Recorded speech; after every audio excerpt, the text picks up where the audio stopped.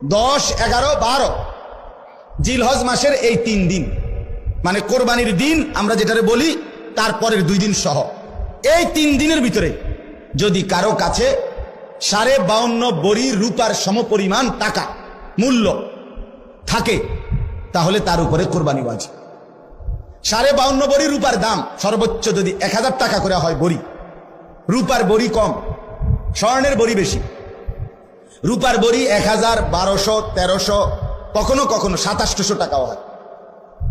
তাইলে যদি 1000 করে গড়ে হয় তাহলে 52,500, 52,500 কিনা এই ঈদের দিন, কোরবানির ঈদের দিন এবং তারপরের 2 দিনের মধ্যে যে কোনো টাইমে কারো কাছে যদি নিজের ঘরের এই মৌলিক প্রয়োজন, ওই যেটা আমি বললাম হাওয়ায় যে আসলি, বউ বাচ্চার বাজার, ওষুধপত্র সহ আমরা মৌলিক খরচ যেটা মোটা দাগের, এই মৌলিক খরচ যা তার অতিরিক্ত যদি ওই পরিমাণ টাকা সম্পদ কারো কাছে থাকে তার উপরে কোরবানি ওয়াজিব।